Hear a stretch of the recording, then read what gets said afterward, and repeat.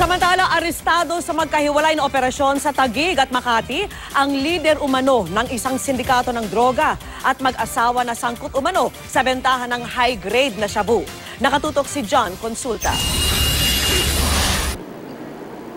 Mabilis na pinalibutan ng mga tauhan ng NBI Anti-Illegal Drugs Unit ang sasakyang ito sa Makati para makuha ang kanilang target. Agad pinusasan ang suspect na si Randy Santiago de Sena matapos tangkaing pumalag. Nabawi sa kanya at mga kasama ang ilang gramo ng shabu, 10 tabletas ng ecstasy, marked money at ilang gramo ng cocaine. Ayon sa NBI, si De Sena ang umano'y leader ng notorious na De Sena Drug Group na nag-ooperate sa Makati at ilang ulit nang nakatakas sa mga operasyon. Mga kaibigan ko lang po ganun pero hindi po ako nagagano, sir.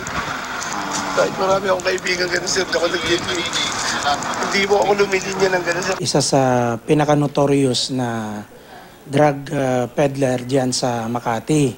And our records show that his brother, who is a former policeman, was the subject of a search warrant operation by our unit.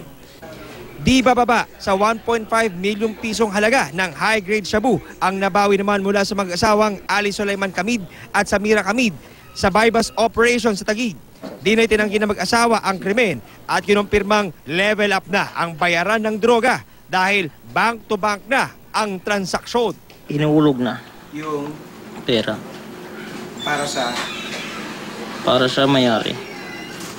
So ano sir, parang iwas huli, ganun?